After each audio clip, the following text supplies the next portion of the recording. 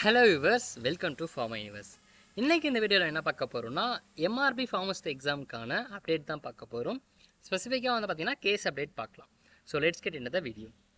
So இப்போது MRP recruitment வந்து 425 வேகன்சிஸ்க்கு வந்து போட்டிருக்காங்க. ஸோ அதுக்கான நோட்டிஃபிகேஷன் வந்தது. ஸோ அதுக்கப்புறம் வந்து எக்ஸாம் கண்டக்ட் பண்ணுறப்ப அதுக்கு ஸ்டேவும் வந்து வந்தது. ஸோ இப்போ வந்து பார்த்திங்கன்னா அதுக்கு அடுத்து, அதாவது ஜூன் 15 வந்து ஹியரிங் வரும் அப்படின்னு வந்து எக்ஸ்பெக்ட் பண்ணிகிட்டு இருந்தோம். ஸோ இப்போ வந்து பார்த்தீங்கன்னா ஏற்கனவே எக்ஸ்பெக்ட் பண்ண மாதிரி சுப்ரீம் கோர்ட்டில் வந்து எஸ்எல்பின்னு சொல்லுவாங்க. அதாவது எஸ்எல்பி அப்படின்னா என்ன, ஸ்பெஷல் லீவ் பெட்டிஷன். ஸோ இன்னும் டீட்டெயிலாக சொல்லணும்னா அது வந்து பார்த்தீங்கன்னா இப்போது டிஸ்ட்ரிக்ட் கோர்ட்டாக இருக்கட்டும், இல்லை வந்து நம்ம ஸ்டேட் கோர்ட் இருக்குங்களா, ஸோ ஹை கோர்ட்டு, அது மதுரை பெஞ்ச், மெட்ராஸ் இந்த மாதிரி இருக்கிற கோர்ட்ஸில் வந்து ஒரு ஜட்ஜ்மெண்ட் கொடுக்கும்போது அதுக்கு நம்ம அப்பீல் பண்ணலாம். ஸோ நம்ம வந்து ஹை கோர்ட்டில் ஒரு ஜட்ஜ்மெண்ட் எதுனா ஹை கோர்ட்லேயே வந்து நம்ம அப்பீல் பண்ணலாம்.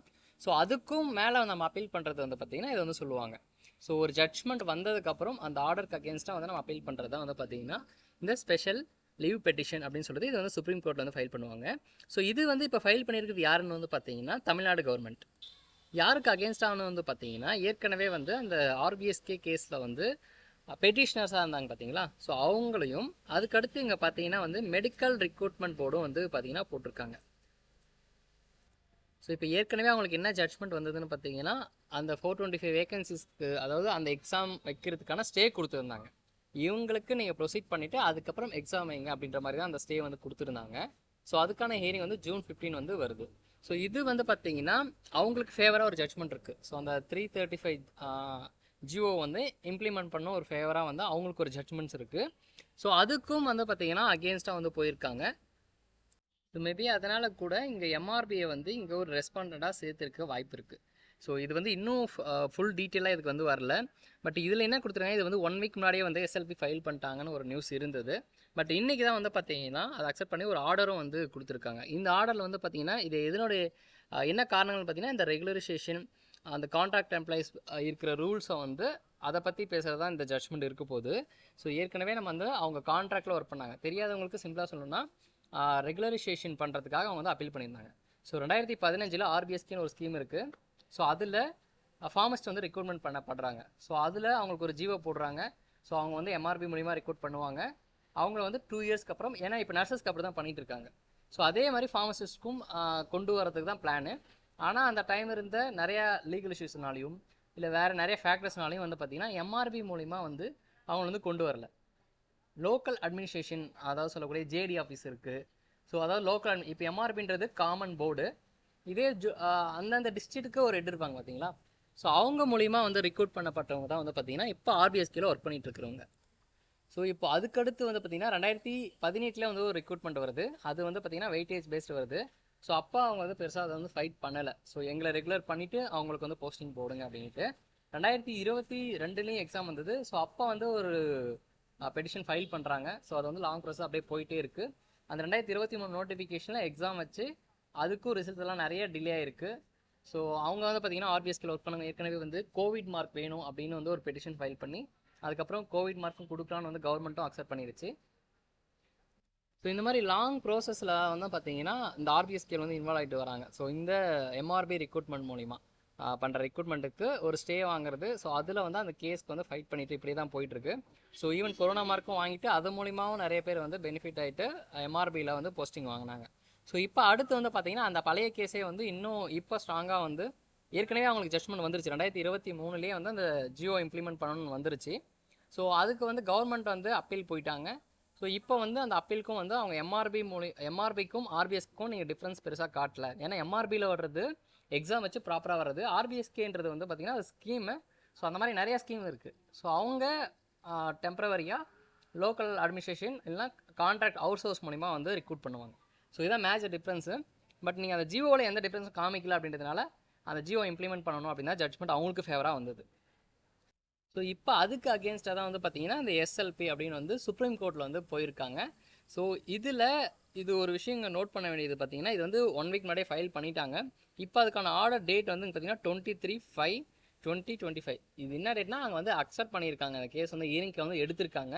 அந்த ஹியரிங் வந்து பார்த்தீங்கன்னா இங்கே வந்து 5/8, அதாவது ஆகஸ்ட்டில் வந்து பார்த்தீங்கன்னா மென்ஷன் பண்ணியிருக்காங்க. ஸோ இதில் ஒரு விஷயம் நோட் பண்ணிங்கன்னா நோட்டீஸ் இஷ்யூடு. ஸோ நோட்டீஸ் இஷ்யூட்னா இந்த ரெஸ்பாண்டன்ஸ்க்கு வந்து பார்த்தீங்கன்னா நோட்டீஸ் வந்து இஷ்யூ பண்ணியிருப்பாங்க. அதுக்கப்புறம் பார்த்தீங்கன்னா ஸ்டே கிராண்டட்னு வந்து ஒரு வேர்டு இருக்குது. பட் இதை பற்றி அதுக்கப்புறம் எந்த டீட்டெயில்ஸுமே அதை பற்றி இல்லை. இங்கே ஸ்டே கிராண்டட்னும் போது தான் இப்போது ஏற்கனவே வந்து ஒரு ஸ்டே இருக்குது. இது ஸ்டே ஆர்டருக்கான ஸ்டே ஆர்டர், அதாவது ஏற்கனவே இருக்கிற ஸ்டேக்கு அதுக்கு ஒரு ஸ்டே வாங்குவாங்க. ஸோ அதுக்கான ஸ்டே ஆர்டரா இல்லை என்னென்ட்டு இதில் வந்து ஃபுல் கிளாரிஃபிகேஷன் வந்து கிடையாது இப்போதைக்கு. இன்கேஸ் அந்த ஸ்டே ஆர்டருக்கான இது ஸ்டே ஆர்டராக இருந்துச்சுன்னா இன்னும் ஆர்டர் வந்து எதுவுமே வரல. ஸோ இயரிங்கே வந்து ஆகஸ்ட் தான் மென்ஷன் பண்ணியிருக்காங்க. பட் இங்கே ஸ்டே கிராண்டட்னு ஒரு வார்த்தை மென்ஷன் பண்ணியிருக்காங்க. ஸோ அதுக்காக சொல்கிறேன், இன்கேஸ் வந்து அந்த ஸ்டே ஆர்டருக்கான ஸ்டே ஆர்டராக இருந்திருந்தா எக்ஸாம் வந்து ஆகஸ்ட் முன்னாடி நடக்கிறதுக்கு நிறையா வாய்ப்பு இருக்குது. இல்லை அப்படின்னா இயரிங் வந்ததுக்கப்புறம் தான் நடக்கவும் நிறைய வாய்ப்பு இருக்குது. இப்போ அதுக்கு ஏன்னா கேஸ் இருந்தால் எக்ஸாம் கண்டக்ட் பண்ணாமல் இருக்க மாட்டாங்க. எல்லா ரெக்ரூட்மெண்ட்லேயுமே வந்து பார்த்தீங்கன்னா கேஸ் இருக்குது. ஸ்டே இருக்கா அப்படின்றது தான் பார்த்தீங்கன்னா கொஸ்டின் மார்க். இப்போ ஸ்டே இல்லைன்னா அவங்க என்ன ப்ரோட்டோக்கால் ஃபாலோ பண்ணுமோ அந்த ப்ரோட்டோக்கால் வந்து அப்படியே வந்து ரெக்ரூட்மெண்ட் வந்து ஃபாலோ பண்ணுவாங்க. ஸோ இல்லை அப்படின்னா இயரிங் வந்தது அதுக்கப்புறம் என்ன ஜட்ஜ்மெண்ட் வருதோ அதுக்கப்புறமும் வந்து பிளான் பண்ணுறதுக்கு வாய்ப்பு இருக்குது. ஏன்னா இந்த கேஸ் இருக்கும்போது தான் லாஸ்ட் டைமும் ரெக்ரூட் பண்ணி அவங்கள வந்து 986 வந்து ரெக்ரூட் பண்ணாங்க. அதுக்கப்புறம் 425 வந்து அஃபிஷியலாக ரிலீஸ் பண்ணாங்க. ஸோ அதுக்கப்புறம் அவங்கள வந்து அப்ளிகேஷன்லாம் முடிஞ்சு எக்ஸாம் வர டைமில் தான் மறுபடியும் இன்னொரு ஸ்டே ஆர்டர். ஸோ இன்கேஸ் அந்த ஸ்டே ஆர்டர் வந்து வெக்கேட் ஆயிடுச்சுன்னா ஸ்டே இல்லாமல் இல்லை அந்த ஸ்டே ஆர்டருக்கே வந்து ஸ்டே கொடுத்துருந்தாங்கன்னா எக்ஸாம் வந்து ப்ரொசீட் பண்ணுவாங்க இப்போதைக்கு. அப்படி இல்லைனா ஆகஸ்ட் வரையுமே கிட்ட வந்து இந்த ஜட்ஜ்மெண்ட் வர வரையும் வந்து எக்ஸாமுக்கான எந்த ஒரு ப்ரொசீடிங்ஸும் இருக்காது. ஸோ இது அடிஷ்னலாக இன்னொரு பாயிண்ட் வந்து பார்த்தீங்கன்னா இது வந்து எம்ஆர்பியும் வந்து ஒரு ரெஸ்பாண்டடாக வந்து சேர்த்துருக்காங்க. யார் ஃபஸ்ட்டு பெடிஷன்னு பார்த்தீங்கன்னா தமிழ்நாடு கவர்மெண்ட். இது வந்து பார்த்தீங்கன்னா public health and preventive medicine, அதாவது டிபிஹெச்னு சொல்லுவாங்க சிம்பிளாக. டிபிஹெச்னா வந்து பார்த்தீங்கன்னா இந்த ப்ரைமரி ஹெல்த் சென்டர்ஸ்க்கு ஹெட்டு. ஸோ இந்த ப்ரைமரி ஹெல்த் சென்டர்ஸ்லாம் எதுக்கு கீழே வரும்னா இந்த டிபிஹெச் கீழே தான் வரும். டிஎம்எஸ்ன்றது வந்து தாலுக்கா ஹாஸ்பிட்டல் அந்த ரேஞ்ச் வரும். டிஎம்இன்றது மெடிக்கல் காலேஜுக்கு இந்த இதுக்காக வரும். இப்போ இந்த ஆர்பிஎஸ்க்கெல்லாம் எங்கே வந்து ஒர்க் பண்ணிட்டு இருக்காங்கன்னு பார்த்தீங்கன்னா இந்த ப்ரைமரி ஹெல்த் சென்டர் தான் ஒர்க் பண்ணிட்டு இருக்காங்க. ஸோ அவங்க தான் வந்து பார்த்தீங்கன்னா ஒரு பெட்டிஷனராக வந்து இருக்காங்க. மிஷின் டைரக்டர்னா இந்த ஆர்பிஎஸ்கே ஸ்கீம் இருக்கு இல்லையா, ஒவ்வொரு ஸ்கீமுக்கும் ஒரு மிஷின் டைரக்டர் இருப்பார். ஸோ அவங்களையும் வந்து ஒரு பெட்டிஷனராக சேர்த்து அவங்க தான் ஒரு பெட்டிஷனராக இருக்காங்க. டைரக்டரும் வந்து ஒரு பெட்டிஷனராக இருக்காங்க. ரெஸ்பாண்டன்ஸ்லாம் பார்த்தீங்கன்னா அந்த ஆர்பிஎஸ்கே கேஸில் பெட்டிஷனராக இருந்தவங்க இங்கே ரெஸ்பாண்டாக இருக்காங்க. அதுக்கடுத்து வந்து பார்த்தீங்கன்னா எம்ஆர்பியும் வந்து இருக்குது. ஏன்னா எம்ஆர்பின்றது வந்து பார்த்தீங்கன்னா கவர்மெண்ட் தான். ஸோ அதுவும் வந்து ஒரு கவர்மெண்ட் போர்டு தான். ஸோ அங்கேயும் வந்து ஒரு ரெஸ்பாண்டாக சேர்த்துருக்காங்க. இன்கேஸ் அவங்களுக்கு என்ன இன்டிமேஷன் இருந்திருக்கு 2015 அவங்கள எப்படி ரிக்ரூட் பண்ணி எதனா ப்ரோட்டோக்கால் இருக்கா, ஏதாச்சும் அஃபிஷியலாக அந்த ஜிஓவை தவிர்த்து வேறு எதனா இருக்கா அப்படின்றது வந்து அவங்களும் ஒரு ரெஸ்பாண்டாக சேர்ப்பாங்க. இல்லைனா வந்து ஒரு ப்ராக்டிக்கல் டிஃபிகல்ட்டி இருக்கும். ஏன்னா எம்ஆர்பின்றது கம்ப்ளீட்டாக வேறு, ஆர்பிஎஸ்கின்றது கம்ப்ளீட்டாக வேறு. அது வந்து ஒரு ஸ்கீம் தான், ஒரு இப்போ இம்ப்ளிமெண்ட் பண்ண ஸ்கீம். அது எம்ஆர்பின்றது ஒரு ரெக்ரூட்மெண்ட் போர்டு. ஸோ ஆர்பிஎஸ்கின்றது ஒரு ரெக்ரூட்மெண்ட் போர்டு அந்த மாதிரி எதுவுமே கிடையாது, ஒரு ஸ்கீம் தான். அந்த ஸ்கீமில் டாக்டர்ஸ் இருக்காங்க, நர்சஸ் இருக்காங்க, ஃபார்மஸ்ட்டும் இருக்காங்க. அவங்க எப்படி ரெக்ரூட் பண்ணாங்கன்னா அவங்க எம்ஆர்பியில் ரெக்ரூட் பண்ணிவிட்டு அதுக்கப்புறம் வந்து நம்ம ட்ரான்ஸ்ஃபரும் வாங்கிட்டு அந்த மாதிரி போகலாம். ஸோ இப்போ எப்படி பிரைமரி ஹெல்த் சென்டர் இல்லைனா வந்து ஜிஹெச் மெடிக்கல் காலேஜ் இந்த மாதிரி இருக்கோ ஆர்பிஎஸ்கேலையும் அவங்க வந்து ட்ரான்ஸ்ஃபர் வாங்கிட்டு போகிறாங்க.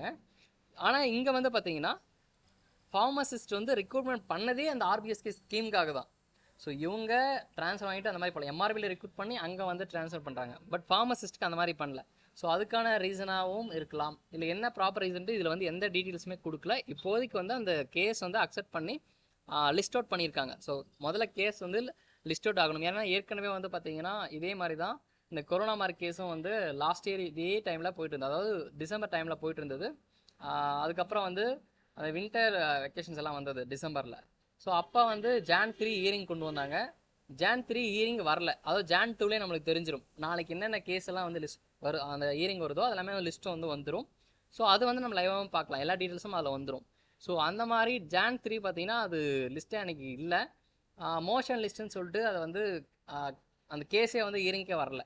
ஸோ அந்த மாதிரியும் வந்து ஏற்கனவே நடந்தது. பட் இது வந்து லிஸ்ட் டேட் வந்து கொடுத்துருக்காங்க, 5/8 வந்து கொடுத்துருக்காங்க. ஸோ அன்றைக்கி தான் வந்து பார்த்தீங்கன்னா ஃபுல் டீட்டெயிலாக வந்து ஒரு ஹியரிங் நடக்கிறதுக்கும் அன்றைக்கி என்னென்ன பாசிபிலிட்டிஸோ அன்றைக்கி தான் தெரியும். இப்போதைக்கு இதுதான் டீட்டெயில்ஸ் இருக்குது. பட் இங்கே ஸ்டே கிராண்டட்னு கொடுத்துருக்காங்க, அந்த ஸ்டே ஆர்டருக்கான ஸ்டே ஆர்டரான்றது மட்டும் கிளியராக வந்து இதில் எதுவுமே கொடுக்கல.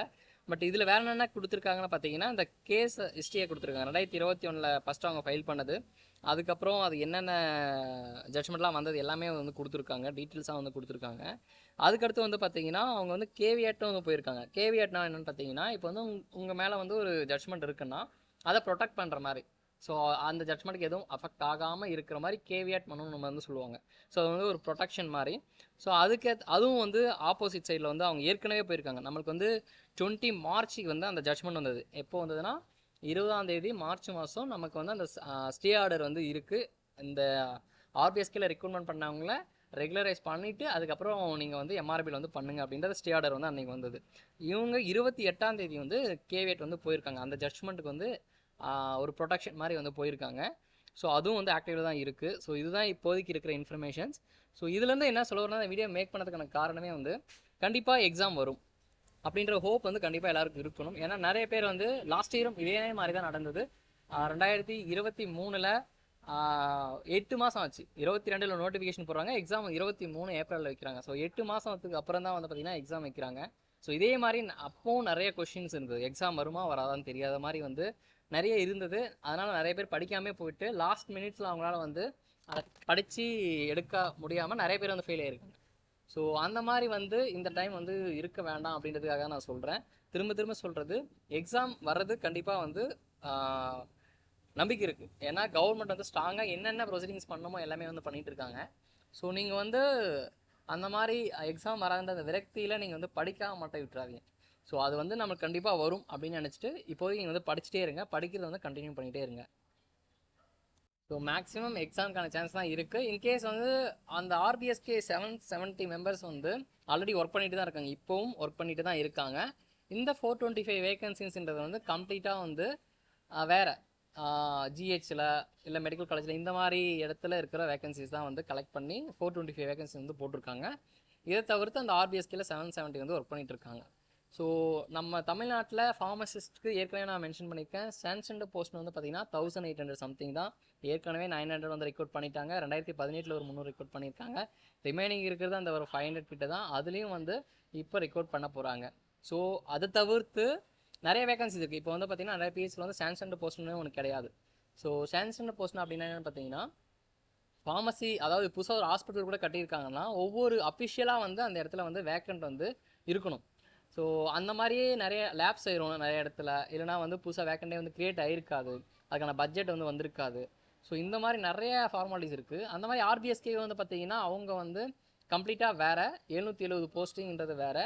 அவங்க ஒர்க் பண்ணிகிட்டு இருக்காங்க ஆல்ரெடி. இன்கேஸ் ரெகுலர் பண்ணாலும் இதுக்குள்ளே வருவாங்கன்னு தெரியாது. ஆல்ரெடி அவங்க ஒர்க் பண்ணிட்டு இருக்க ஒர்க்கே கூட கண்டினியூ பண்ணலாம். இந்த 425 வேகன்சிஸ் கம்ப்ளீட்டாக வேறு. இப்போதைக்கே நம்ம வந்து பேசலாம். கவர்மெண்ட் தான் அது எப்படி ப்ரொசீட் பண்ணுவாங்கன்னா அது ஜட்ஜ்மெண்ட்டை பொறுத்து தான் வந்து டிசைட் பண்ணுவாங்க. அவங்கள வந்து இந்த 425 கொண்டு வருவாங்கன்றது அந்த ஜட்ஜ்மெண்ட் வந்து என்ன சொல்லுதோ. மேக்ஸிமம் வந்து எக்ஸாம் வச்சுட்டு இந்த 425 எம்ஆர்பிக்கு கீழே, ஏன்னா நோட்டிஃபிகேஷன் விட்டுருக்காங்க, அதுக்கான கவர்மெண்ட் ஆர்டர்ஸும் இருக்கும். ஸோ ஏற்கனவே நம்ம டிசம்பரில் ஒரு அப்டேட் பார்க்கும்போது வந்து பார்த்தீங்கன்னா அந்த நோட்டிஃபிகேஷனை வந்து செக்ரட்டரியேட்க்கு அனுப்பிச்சிருக்கிறதாவும் அங்கேருந்து நமக்கு ஆர்டர்ஸ் வந்துச்சுன்னா இந்த எம்ஆர்பியில் வந்து அதை ப்ரொசீடிங்ஸ் பண்ணுவாங்க. மார்ச்சில் நம்ம எக்ஸ்பெக்ட் பண்ணிட்டு இருந்தோம். ஸோ ஏப்ரல் எண்ட்லேயே வந்து அதுக்கான நோட்டிஃபிகேஷன் வந்து விட்டுட்டாங்க. ஸோ இந்த மாதிரி அதுக்கான ஆர்டர்ஸ் எல்லாம் இருக்கும். ஸோ அந்த ஆர்டர்ஸை வந்து இம்ப்ளிமெண்ட் பண்ணுற நிலைமையில் இருப்பாங்க. அந்த 425 போட்டுட்டு கண்டிப்பாக வந்து அதுக்கான நோட்டிஃபிகேஷன் ஃபர்தராக ப்ரொசீட் பண்ணுவாங்க. ஆர்பிஎஸ்கேன்றது கம்ப்ளீட்டாக இப்போதைக்கு வேறு தான். அவங்க வந்து எம்ஆர்பிக்குள்ளே இப்போதைக்கு வரல.